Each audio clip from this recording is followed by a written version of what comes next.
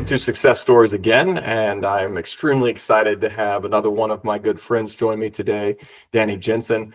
Danny is an individual who's been a part of our program, and he entered into this program in a little bit of a different way. He's got an incredible background of finance and accounting and professionalism, 25 total years of actual experience.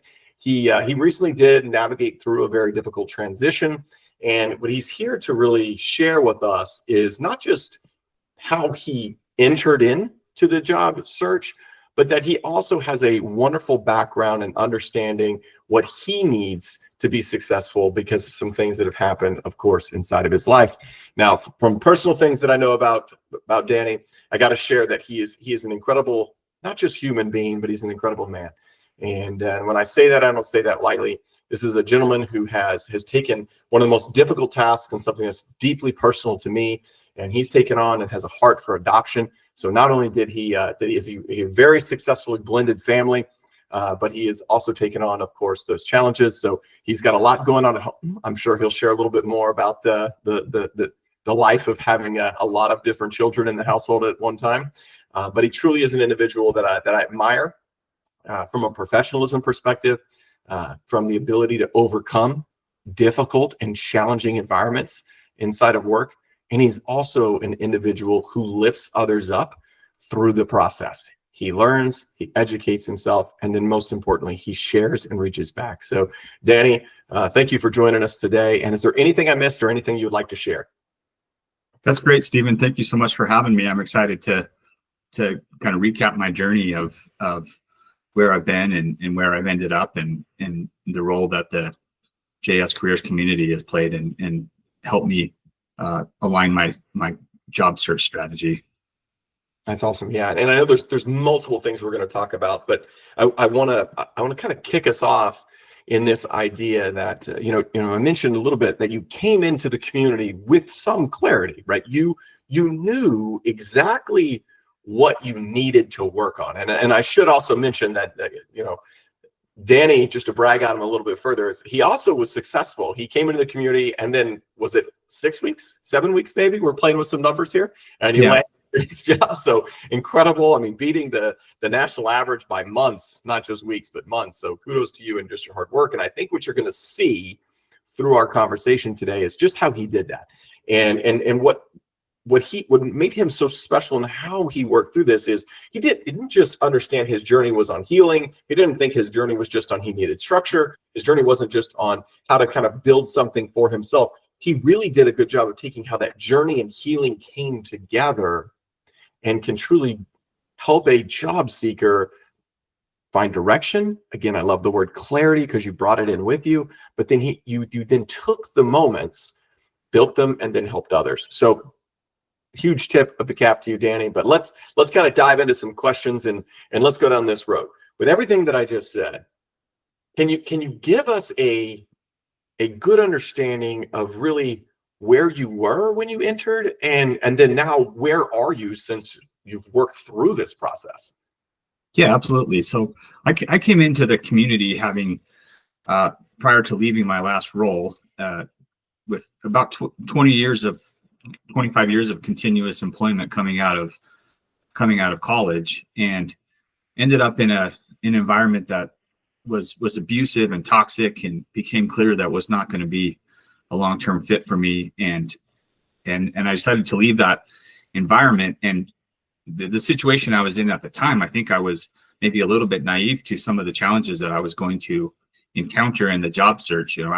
Throughout that course of time of a couple of decades, you build up a lot of skills, you build up a great network of people, and you feel like you've got good momentum going, and you're going to be able to continue that without too much effort. And so I think it was being a little bit naive, and it's a humbling experience. And as I got into the job market, I quickly realized some of the challenges and some of the things that I was going to need to put together a strategy to go after this, because the things had changed so much from the last time I had really been seeking a job, which, fortunately for me, had been about 15 years since I had needed to look for a job.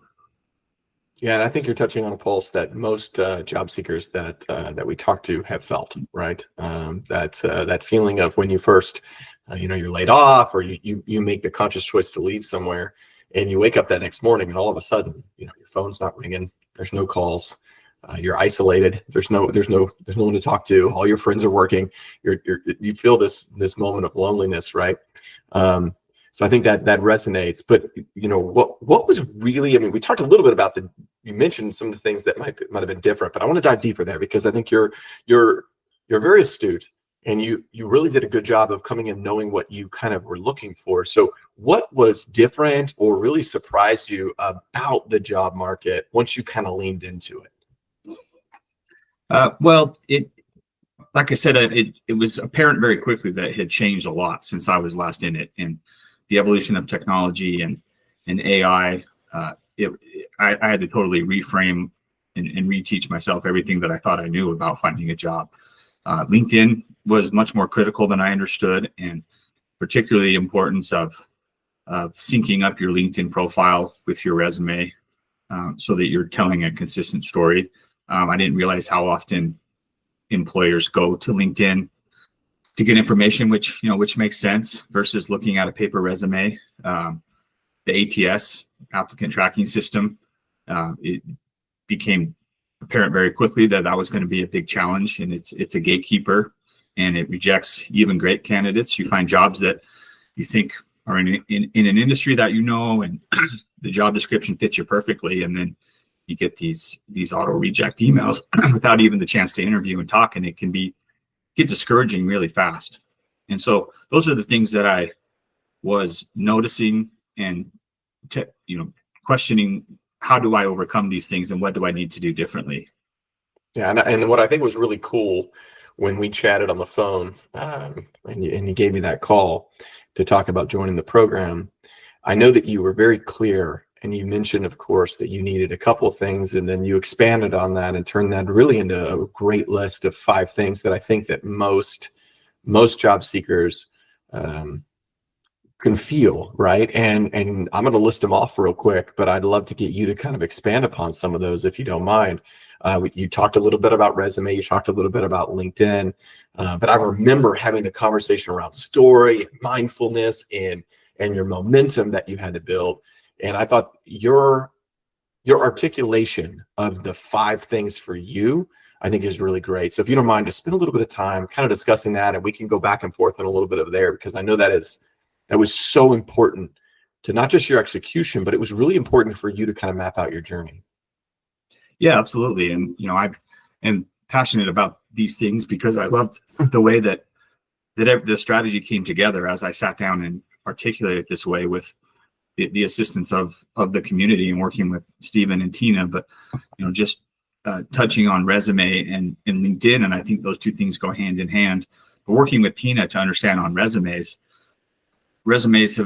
have need to evolve from where they were years ago in order to be appealing to AI or to technology versus to a human being that may or may not be looking at it. And Tina helped me reframe my resume to be more ATS friendly. And it kind of goes from a more aesthetically pleasing resume when a human being is looking at it to something that is designed to integrate with the systems that are now being used, finding the right keywords, finding the right verbiage to use that can get you through that system.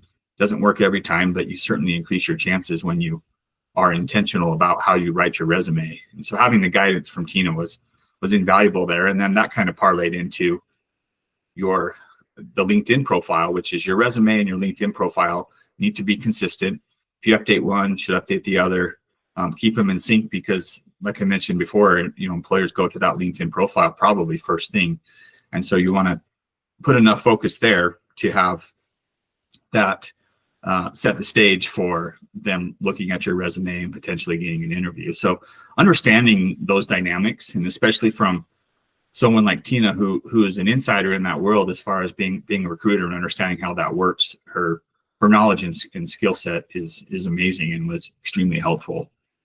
And then, and then the other parts of the program that I really appreciated was the mindfulness piece, and how to focus on what your strategy is, to not take things personally, learning how to accept rejection, Oftentimes, and I hear this a lot from others in the community, that you get people who have been consistently employed, have been high performers, have received promotions, have been, received great performance reviews, and then you end up looking for a job, and the rejection is something that we're not used to, and it can be very disheartening and discouraging, and it's very humbling. And so what you do with that makes such a big difference in changing your mindset from being rejected to not taking it personally, looking at it as one door closed is going to lead me to another one opened.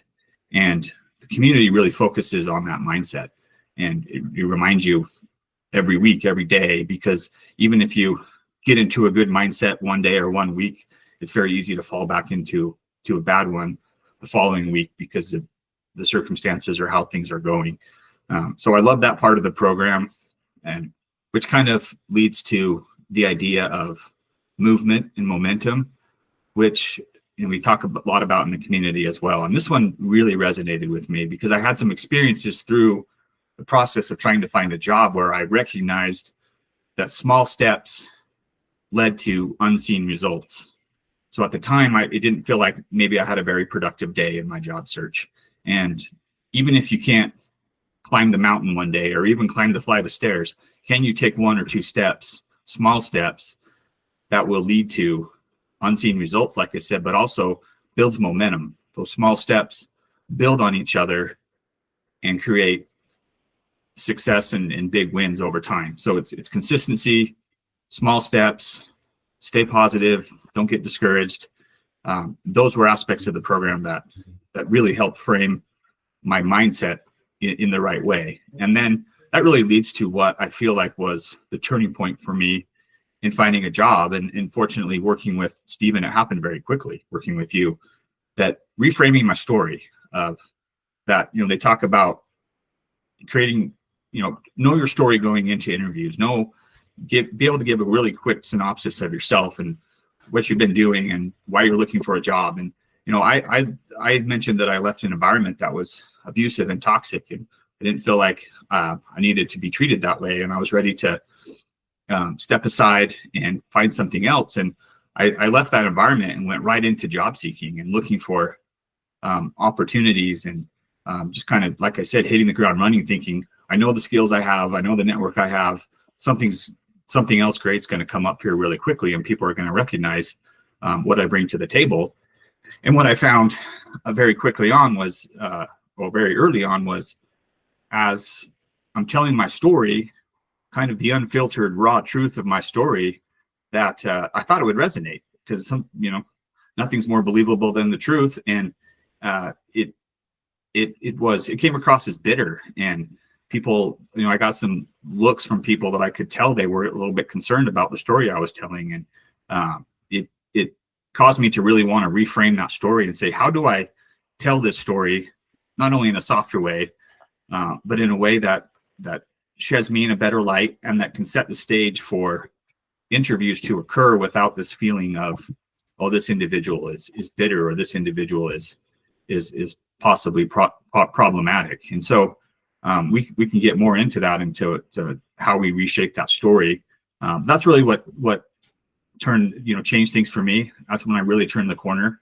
And then a couple of weeks after reframing that story, I wrote it down. I rehearsed it a lot. I thought a lot about it, and I had an interview with the company that I'm now working for, and used that story. And instead of getting looks of concern, I got reassuring nods. Totally get it, people are saying. And it just really set the stage for the interview to occur without this backdrop of this person is potentially still kind of bitter. And within all of that process, there was, I recognized the amount of healing that I needed to go through personally. And so the abusive or toxic work environments, I think we underestimate how much of a toll it can take on our individual psyches. And so when I stepped back and took the time for some self-care, read a lot of books, meditated, did things that helped get me into a better headspace, as well as going through the program. Then when I reframed my story, it was now very authentic and real. because I had done the healing. So when I look back to the initial kind of raw, unfiltered story, it was accompanied with true bitterness and hurt, and I hadn't healed from that yet. And so that's what was coming across. No, and then there's so many moments inside of that time period that I think I could go back on and share some additional context. But there's one I really want to lean into, because I feel like a lot of job seekers out there have felt exactly what you felt, whether it was through COVID, whether it's after COVID and the layoffs. There's the pressure that has been mounted, not just on job seekers, but also on hiring teams, as well as existing leadership teams. Like, I know it's easy for us to point fingers and blame it on a C-suite or a leadership team. But the truth of the matter is, there's just been so much pressure placed on all involved that we've all acted a little bit maybe outside of our sorts. And the key to that is, and I think you said this so well, where you talked a little bit about removing the animosity towards that old team, right? And I think in order for all of us, whether you want to call it grace, you want to call it forgiveness, whatever it is, in order for you to move forward in life, and I think you did this so well, you have to be able to let it go. And I think that was something that when I heard you retell your story again, and it no longer was anything to do with that team. It had everything to do about your future, that transition moment of, I've learned all these wonderful things over here. Sometimes the best teachers are the negative ones, right? You can learn a lot from someone doing something truly wrong. But you took that positive momentum and you converted it. And I think that you talked a little bit about that interview with the CEO. I would love to go much deeper there. But because you came in with confidence, and because you came in with understanding that you had moved forward the right way, and that this interview that you're having with this person across from you, you're interviewing them as much as they're interviewing you. And the one thing that you didn't want to do is end up in another environment like that. And you were empowered to ask strong, good questions. So I'm not going to share. How long did you talk to that CEO, and how long was it originally scheduled for? Yeah, so the second interview after I met with the hiring manager was with the CEO, and it was great to sit down with him and be able to, and they made it clear at the beginning, this is as much for you to learn about us as it is for me to learn about you, he told me. And it was scheduled for 30 minutes, and it turned into a 2-hour discussion. And any CEO that's willing to give you 2 hours, 90 minutes past the scheduled time, that meant a lot to me. And the conversation was very fluid, was very, professionally, we're very professional, but it just was conversational and not an interrogation. And it turned into discussing challenges that they have with their business. And I was able to draw on some of my experiences from the past and things where I've encountered similar things. This is a different industry than I've worked in before, but so many of the same challenges, persist industry to industry. And here's some things that I've done in the past that helped the company as I was working for, and kind of saw his eyes light up with the potential and the opportunities to use my skill sets. And it's a smaller company, a family-run company that people wear a lot of hats, as they say, and he could see that opportunity for me to really make a difference in the organization. And all that was really set up by the tone of the conversation going in. He had talked to the hiring manager. And like I said, the tone of that interview went so well because of how my story was reframed. And then after that 2-hour discussion with the CEO, that was, in the morning of that day, by the end of that day, I had an offer letter in my inbox.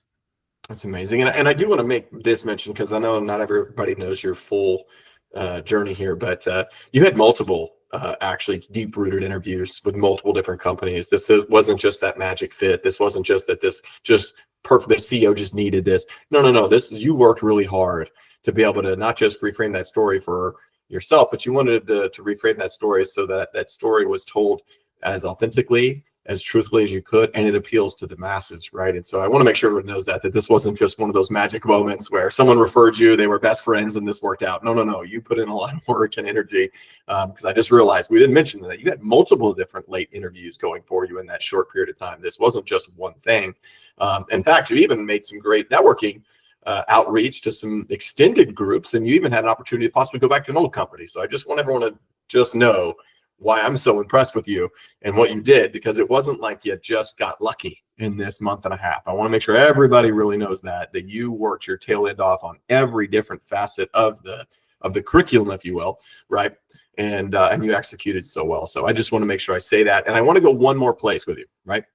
Because I think this is important that everybody hears this, because what would be your advice to somebody who is still maybe holding on to some of that pain, that frustration, or bitterness? And what advice would you really give them?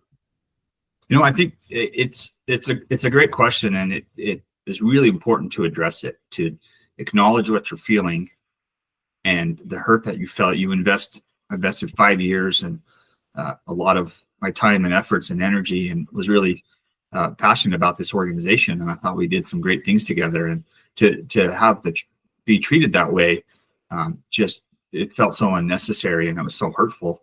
And I think you don't have to forgive necessarily, but you have to acknowledge that it happened, and you have to accept it, find a way to heal, and then reframe your story. And like we talked about before, if you don't do that, the bitterness shows through. Even if you don't think it's showing through, it does, because that's what's really in there. And you tell the truth, you're authentic, that's what's going to come out. And so when I really took the time to heal and find ways to move past it, that's when I was able to come across in a better way, because I really was healed. I wasn't just pretending that it didn't bother me.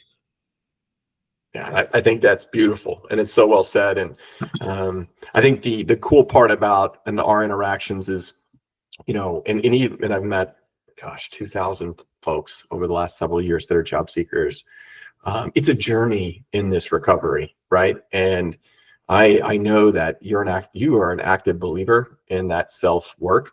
And so if anyone's out there and you've just been laid off and you're struggling, shoot me a message, reach out to me through LinkedIn, find my telephone somewhere, reach it. There is a journey for this. And I've written an article, and I would love for you to read it. Don't get stuck, because it is what's holding you back. So I just want to make sure I make that clear to everybody. That's free. I'll send it to you. There's no cost to that. There's no secret, charge for that. And I think, Stephen, just to kind of recap that point, is what I really advocate for now in hindsight and I'm glad I did this for myself, is invest in yourself. When you're looking for a job, it might feel a little bit selfish, but invest in yourself, whether it's your mindset, your skill set, whatever it is that you need. And, the investment in the community, the JS Careers community, is a relatively small investment compared to some that are out there. But invest in yourself. It was a no-brainer to me to get these resources, and even just the support of the community. That's awesome. Thank you for that, Danny. And it really is something that we pride ourselves on, that we don't believe that we want to teach you how to fish, never give you a fish. And the idea of the program is that we do get to educate you and teach you so you can help everyone else, right? The coolest things have happened recently where individuals who are in our free community, right? Everyone has an opportunity to be a part of that. And some of those individuals are landing jobs, right? From utilizing the materials, the team, the group, the members.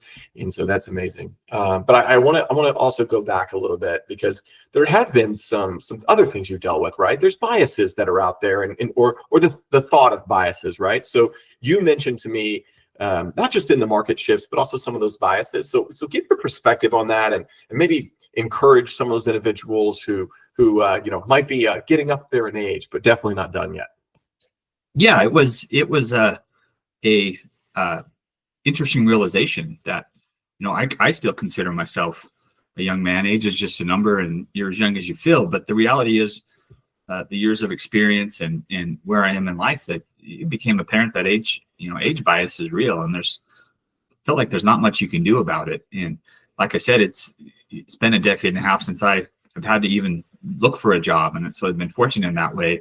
And things have changed so much, but the age bias is not something that I had thought about or considered, and it is real. And I combated that by really leaning on my network to, that's one of the benefits of experience. We won't say age, but of experience, is you build that network and leaning on those people. And what's interesting is the job offer that I took and that I got and accepted was actually, a blind apply that ended up working out. But you mentioned this, through the course of that, I had interacted with my network quite extensively. And, it's important, and I would say networking on top of the 5 things that we've already mentioned is a very important thing. I felt like I had a pretty good grasp of that, but the program did help me kind of align my networking strategy. But your network will go quiet very quickly, and it's up to you to keep it going and keep it moving and keep conversations going. And I did reach out to a former boss at a former employer that I'd maintained friends with, and he responded with, "I'm glad you reached out at this time because we have some shifts going on." And there's still conversations going on around that. But the point is that led to something very real and very viable. And I think those networks and relationships can help overcome the age bias when people already know you and they don't really consider as much the age of the different candidates. Yeah, and I think your strategy was unique in this regard too, because you did this on overload because you were doing it knowing going into the September, October month. So as we're recording this now, right, where it's September 20th, and you knew that those are the last big pushes, right? There's the 2 big pushes. But it also, what it does is, let's just say hypothetically that this didn't work out, right? That sets you up for even going into November and December when things start to taper off. By you activating and building up that momentum, that gives you a higher percentage chance. And if anyone wants to see data, I'll show it to you. But recruiters stay active all the way up until the Christmas break, right? And then there's a short 2-week window, and the recruiters are right back at it in January, right? So there's a little bit of this myth that's out there that everything just plummets off in the holidays. It does if you don't do the work. You got to build everything up. So momentum for you was huge. And I know that when we talked about it, you created it and you executed on it. 6 weeks, right? But you did that also because you had a good mentality of how sports played into this, right? And your analogy of that was really great. So share with everybody kind of how you took this and compared it and used sports as a way to not just keep that momentum going, but really uplift yourself and other job seekers that were around you. Yeah, so I grew up playing a lot of sports and remained a big sports fan and coached youth sports with my kids as they were growing up. And I relate that to a lot of different areas in life, but I believe sports has so many good lessons in it, whether it's team sports or individual sports. They kind of differ between the two, and they're also valuable, but they teach us, resilience and resilience and teamwork, and how do you handle winning, and also how do you handle losing, and how do you treat your opponents, and sportsmanship and all those things I think are such great lessons to learn. When I relate that to job searches, it's you have to learn. You're not going to win every game or every point, and you have to learn how to handle the setbacks to parlay them into victories. And a real quick analogy that I really like was from pro tennis great Roger Federer, and he was giving a commencement speech at Dartmouth College graduation, and talking about his career and his esteemed career. And he mentioned that throughout his career he won just over 80% of his matches, which is an amazing 8 out of 10 times he was victorious. But then he said, "Do you know how many points I won, within those matches?" And he said, "I won 54% of the points that I played."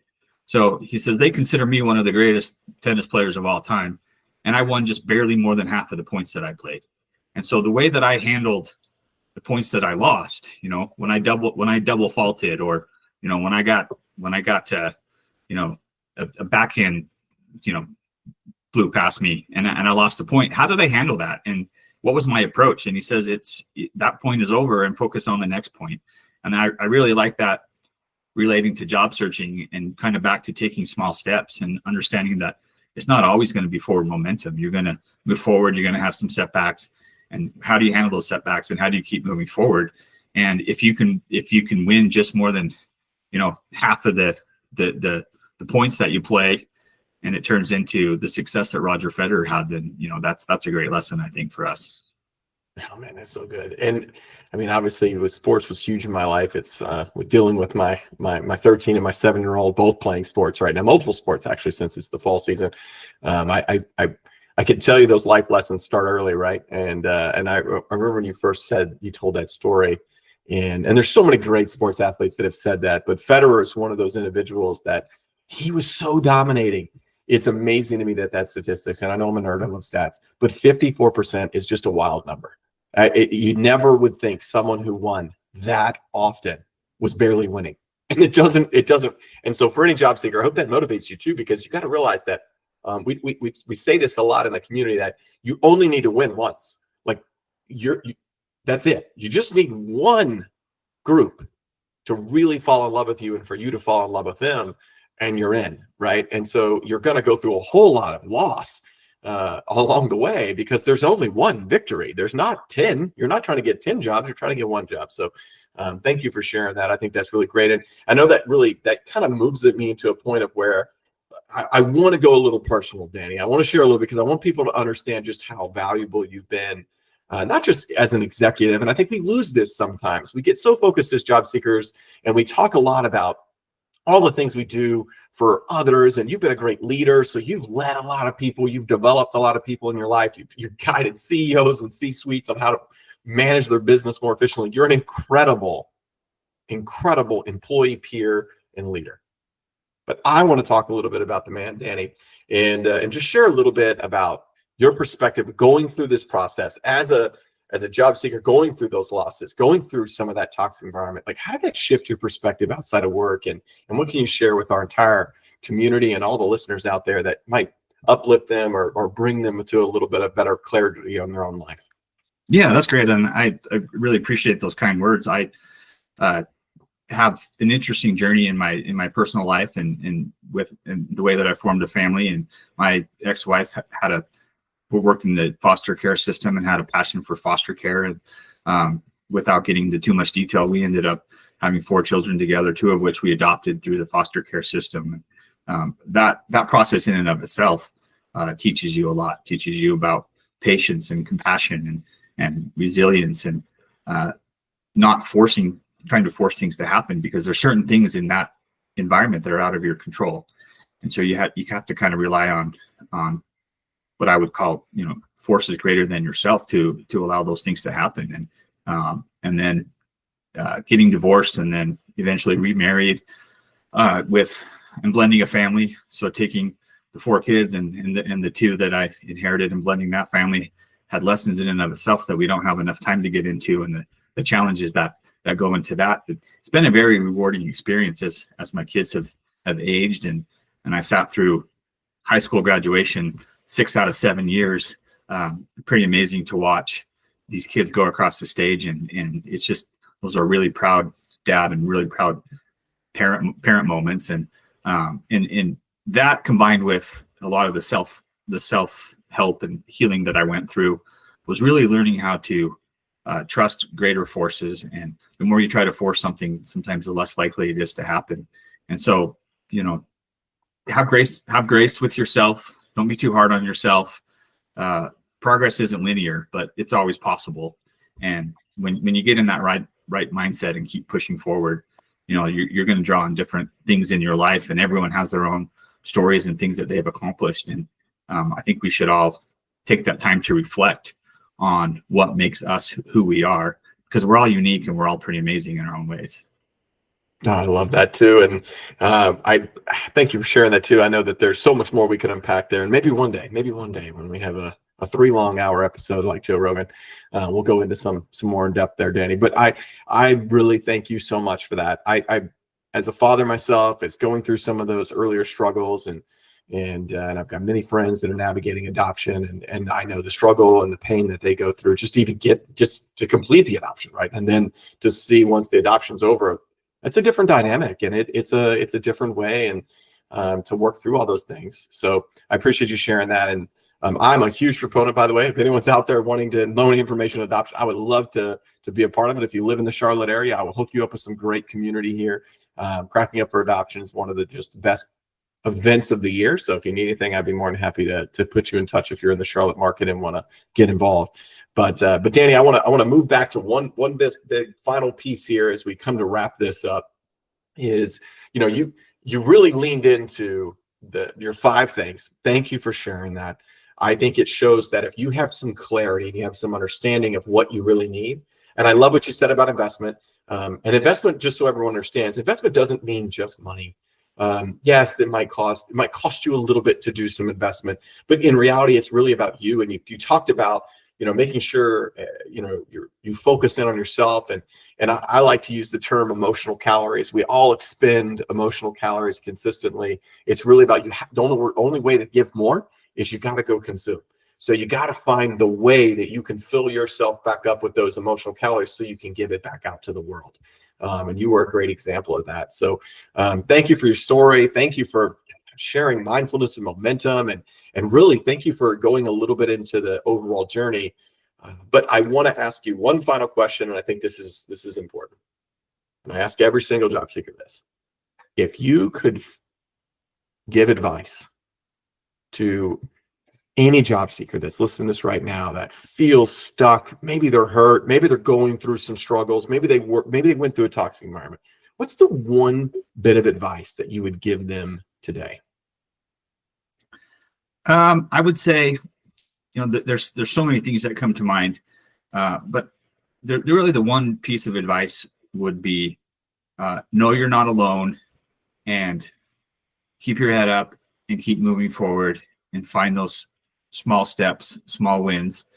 Don't expect too much of yourself. You don't have to climb a mountain every day. Just make progress, have a strategy, and be consistent with it. And I don't know if that's one thing or multiple things in there, but that's how I would summarize it. Yeah, well, I love it, Danny. Thank you so much for that. And again, I know, and just so everybody knows, I said it earlier. It's September 20th. Danny gave up a little bit of a Saturday to be here, and it means a lot, Danny, that you did that. And I thank you again, and I really thank you too for being outspoken and helping kind of grow the awareness around the struggles that individuals do have. And so thank you for that. And for anyone who this resonated with you, that you felt Danny's story, please subscribe, join our Success Stories Overall podcast. We'd love to have you kind of be a part of this. The other piece of it, if you need the community that he's talking about, please come join us. You want the structure, you want the support, you want the workshops, you want the training, you want the materials, please join us. We built that out. And we don't believe in charging a tremendous amount of money. This isn't a $5,000 program. It's $59.99 a month for you to be a part of our overall community, and we'd love to have you. No strings attached. Come join us, learn from us, be a part of this. We think job seekers have got enough on their plate to worry about finances, but we do believe that every job seeker needs a push and needs an arm around them, and that's what we do. Please, again, join and subscribe. Be a part of us. And I thank you again, Danny, for everything that you've done. And I look forward, of course, to continuing to not just build our friendship, but seeing where you go next with your career.